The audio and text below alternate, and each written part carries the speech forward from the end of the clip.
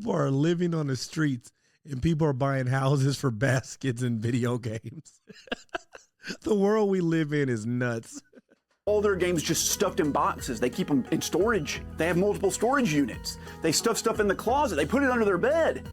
Angel Knot. Salutations to the nations. What's good, Angel Knot? It's your boy, Young Sinai. So today we are going to be watching a video titled The Harsh Reality of Video Game Collecting by RNG Gamer. All right, let's check it out. I have been game collecting almost 20 years, and I have a pretty flippin' big collection. Several content creators have come to my game room to film it and have posted it on YouTube. And I've done it myself, and hundreds of thousands of people have. That's crazy. People start using his spot as their background. That's nuts. Been down in this game room virtually to check it out. It's awesome to have such a cool space, and it's been an incredible journey to gather all of these awesome games. It's been extremely rewarding. I've met so many cool people along the way. I've met a lot of you out there. I've met people at yard sales. I've met people at conventions, and I absolutely love it. But there are some freaking things about game collecting that drive me up the wall. I mean, I hate it. I hate it so much. Hey guys, I'm RNG Gamer. I play all my games randomly, and let's talk about the worst parts of being a game collector. Now, the biggest issue with game collecting is also Let me know, do y'all collect games? If so, do you only collect for a specific console? Do you just collect everything? I've recently gotten more into collecting physical games. I'll do a video on that. Kind of a blessing. It just depends on where you land and the time period at which you acquire a game. And what is it? Reprints and re-releases. Now, it's really cool if there's a game you want to get and it's really expensive and they announce a reprint or a re-release of it. And you're like, thank God. I have to spend all this money on this game. I can just buy the new one for 40 bucks or whatever and enjoy it that way. And I love when that happens. I really do.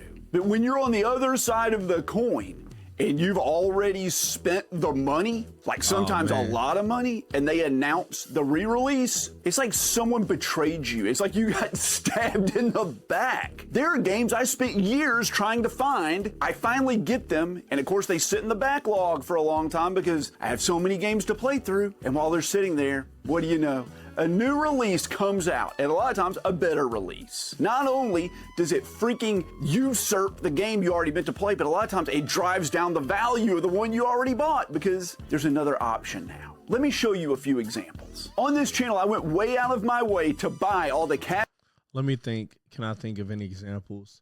Mario RPG, right?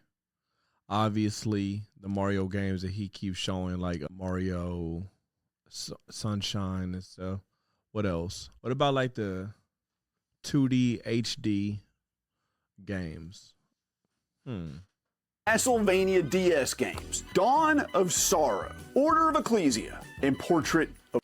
Yo, I'm just now trying to start getting into Castlevania games. Let me know, what's your favorite Castlevania game? See, I love Metroidvanias, and I've already been experiencing my Metroid for years. Now I got to do my Vania. of Ruin. I think I bought every single one of these on camera on this YouTube channel, and I spent, this is over $200 right here. In 2 weeks after I got the last game, they announced a compilation of all 3 games on the Switch. It's so irritating. I put off getting these for a decade, and then they just put them on the Switch right after I get them. I don't even need these. I ordered the Switch version. I'm gonna play that one. I would much rather play it on the Switch than I would on a real DS. I don't like using the real DS. I love using the real DS. Well, specifically the 3DS XL. But I understand. Which would I prefer? I was kind of having this with Chrono Trigger, would I rather play Chrono Trigger like the Super Nintendo version or the DS version? But the DS version, in my opinion, is definitely the definitive version because that bottom menu, just being able to have the windows down there is mwah, chef's kiss versus it having to share the screen with all of the action on the screen. But I understand what he's saying.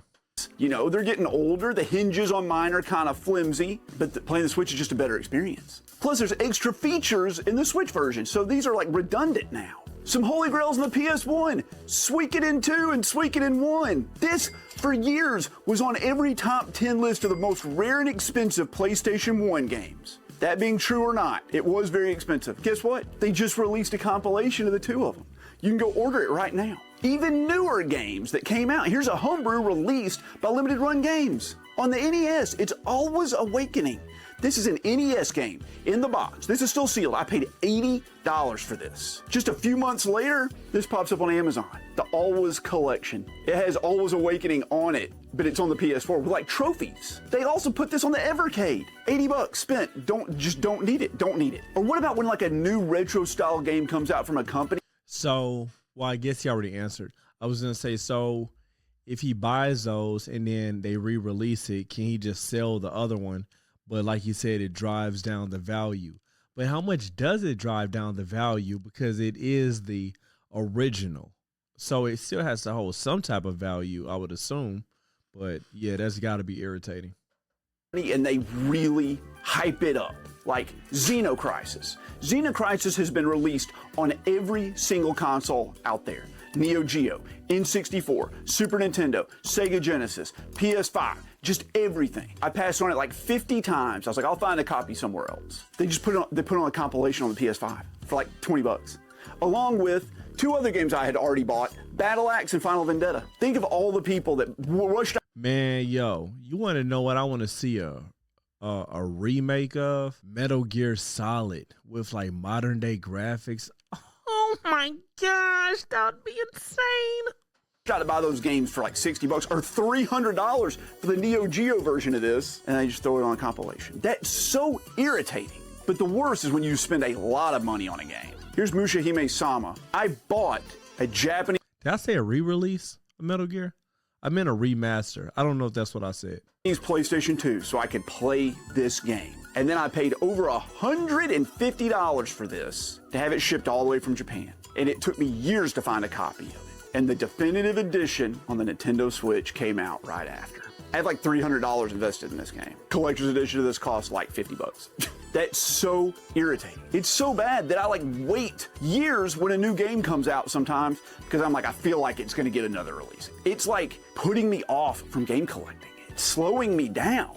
And I don't know any other solution. These companies have to put the games out. They gotta re-release them. They gotta get that money off those IPs. But like, I've probably spent thousands of dollars I didn't need to spend because another version of the game came out. Ugh. What do we do? The next part of game collecting that drives me crazy is the one that most people are gonna mention, finding games. It's not like it used to be way back in the before times, even the before times. I used to just pull up to a yard sale and be like, hey, you got any video games? Yeah, it used to be like the wild, wild west, man. You could go and just get whatever, man, even like at thrift stores. But see, Goodwill got hip to just, I got to make it full screen for this. So Goodwill gets on my nerves, okay? So for a living, I'm a reseller, not necessarily a video game reseller, but just in general, okay?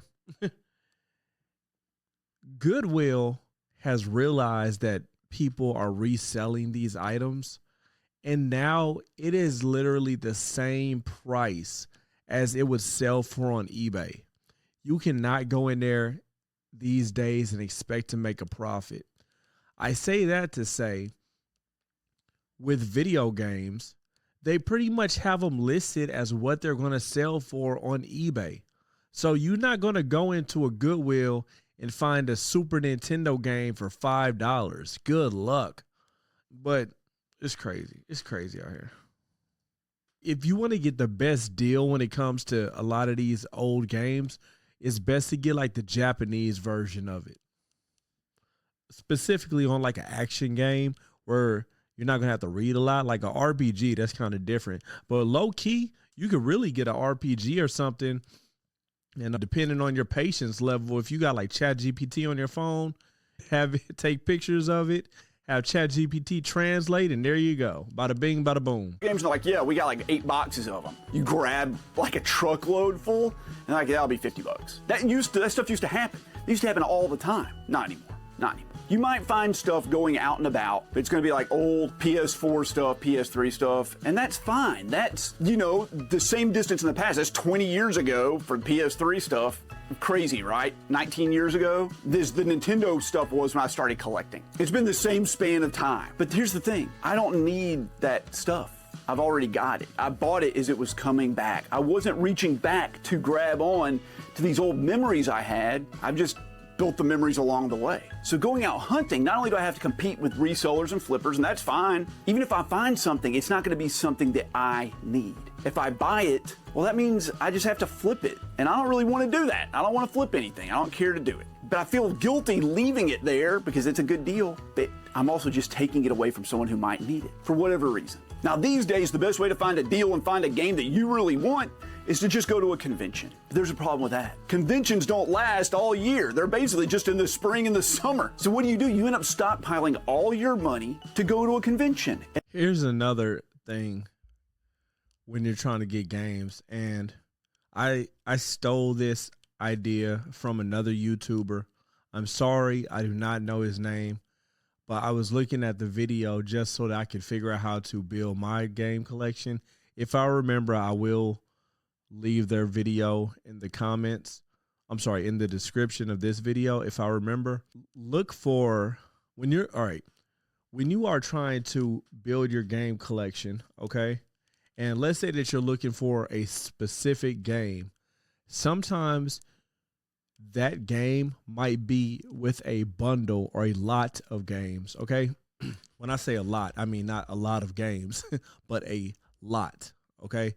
So there might be 2 or 3 games that you're looking for in a lot of like 8, right?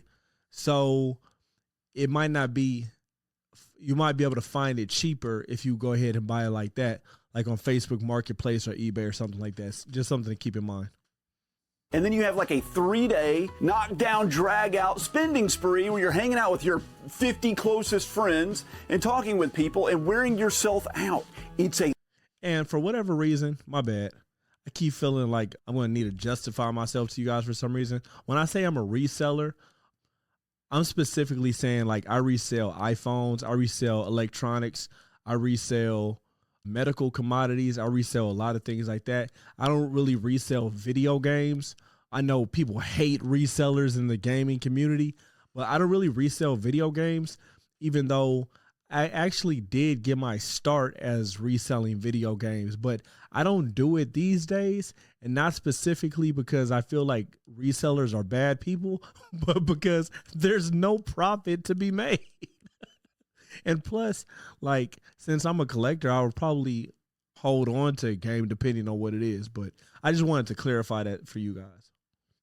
A lot. Every time I go to a convention, I get sick because all my energy just goes into having a good time at the convention. It's a lot of fun, but it takes a lot out of you. And that's a lot of effort to drive a long way away sometimes. Sometimes I drive like 8 hours to go to a convention to buy some games. Now, I love it. I wouldn't trade it for anything in the world. I'm very fortunate that I get to go to these conventions. But the amount of effort that goes into it, it's not like it used to be. In my old apartment, I was driving by and a guy was just dumping video games by the dumpster. I got a boxed Sega Genesis and a bunch of games that a guy was just leaving by a dumpster back in like 2012. Those days are over. I'm sorry. We're all sorry about it. Another issue is space. Space. The final roadblock in your journey to build a giant game collection. This room is trash, but let me show it to you. Look at this. Do you see this? You see this? Wall-to-wall games. Everywhere. Everywhere. Look like Blockbuster. You can't get away with it. There's not a space. There's not a freaking game or something game related in this entire game room. I have a big house. That's like my dad's gaming collection. Or my dad, rest in peace, he was a gamer. When he left me, or when he died, I inherited his game collection. I know, dope, right? I didn't want all of those game cases. So what I did was I actually bought, hold on, I'll show y'all.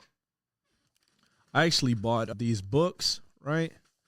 And like, I'll put the I kept the covers, but you know, the games are inside of here, and it just takes up a lot less space. Cause like I don't really care about the case itself. One day I'm going to show all of these off, all of my dad's games. It's more than this book. House. I'm fortunate. I didn't always have this. I've had 4 other game rooms. One was a closet. It was a closet. That's what I originally started with, was a closet. Having this kind of space to put all this stuff is not something most people are afforded. I have seen collectors that have game rooms much bigger than mine. I know collectors and their whole house is a game room.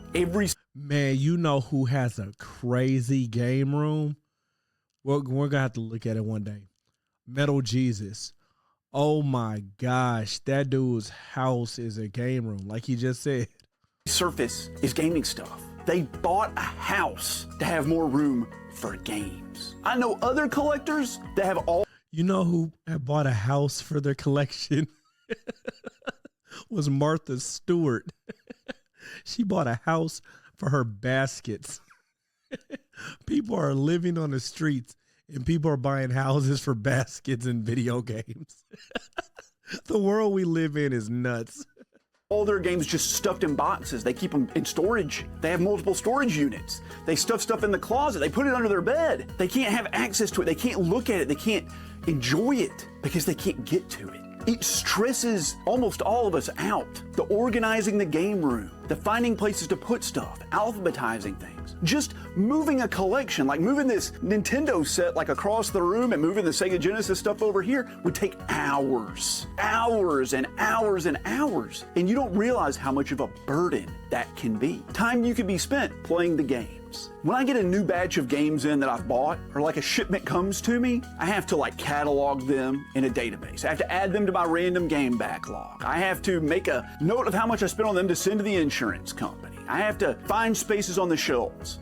About one Saturday a month, I spend a few hours organizing those games and doing all that stuff. Probably a quarter of my gaming time is spent organizing the games.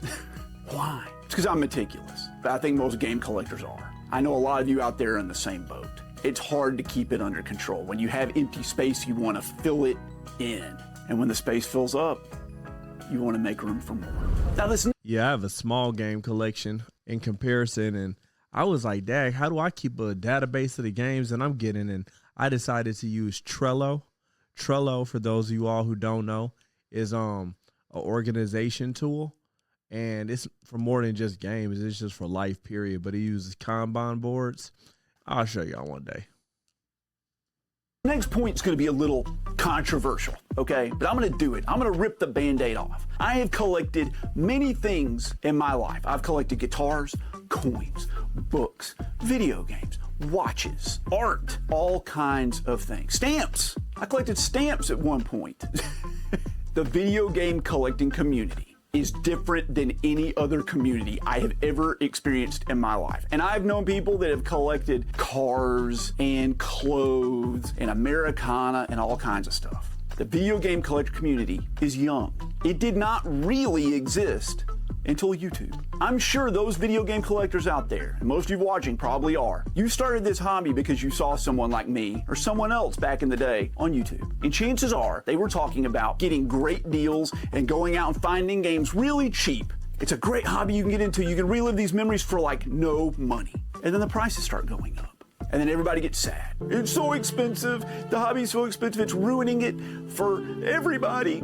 You can't get stuff. Let me tell you, video game collecting, as expensive as it is still the cheapest hobby I have ever seen in my life. If every game that you ever saw was $100, it would still be the cheapest hobby I've ever experienced in my life. It's because we have been conditioned by YouTube to think that the big point of the hobby is about finding a deal. That's what made the hobby popular, was finding deals. And that's why it has shifted so much to resellers and people flipping games. That's like the majority of retro content I see now. It's about the deal. And once again, like I said before, you know, when I made the distinction that I don't flip games anymore, I don't have a problem flipping games. Like, I might do it in the future if it presents itself and if it can feed my family. You feel me? So I just want to make it crystal clear. People hate hate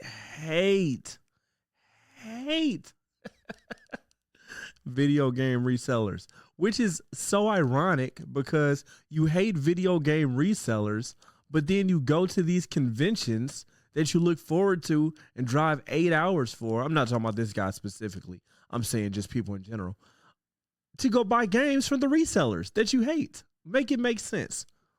In other communities, the cost is just a thing you deal with. That's not the focus. Even now when I talk about games, you can get this game for $60. You need to go buy it right now before it gets too expensive. It doesn't really happen that much in other communities. You just pay for it. That's what it costs. It's finding it that's the challenge. I found this old 1967 Shelby Cobra Mustang. Everybody's like, oh my Lord, you put in so much time. That's incredible. No one talks about the price. Because you pay what you got to do to get what you love. I understand that we all think we need these huge game rooms and all these games. We want every game. But you have to understand the prices of things go up. I hate that. I wish every game was $1. I wish there was an unlimited supply of every game. We could all have everything we wanted. I would still have a huge game room. It's not about the money. But because a game is like 15% over market value and you've been looking for it forever and you're like, I refuse to pay that. I don't understand that. People will go into a restaurant. Yeah, I've started game collecting and I've spent more than I anticipated spending for certain games. But when I play the game, I'm like, yep, this game's worth it. Here's something else that I wanted to say is when you're building a game collection, buy the games that you enjoy, right? Buy the games that you have some type of attachment to, whether it be your nostalgia or you're just a fan of that franchise, whatever it is. Don't buy games specifically just because they're rare, unless you're buying it as an investment, right?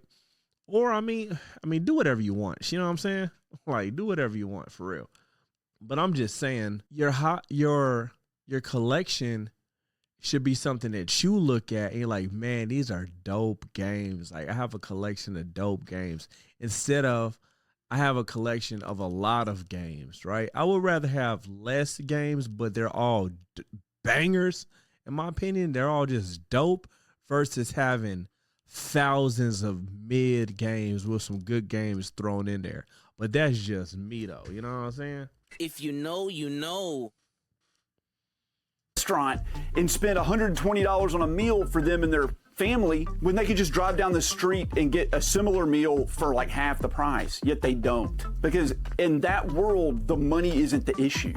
It's getting the family fed. When you buy a video game, you're feeding your mind and your heart and your soul with nostalgia and enjoyment and entertainment. Nah, feed your soul with Jesus. And the fact that we put, I had to throw that in there, you know what I'm saying? not just a price on it, but such a specific price. The price. Oh, right. Y'all see that right there? Let me see it. Let me run that back. Let me see. I want y'all to see some. Put not just a price on it, but such a specific. Street Fighter 6 right there. Right there. That is a game you do not want to play me in. Price. The price charting price. Or the most recently sold on eBay price.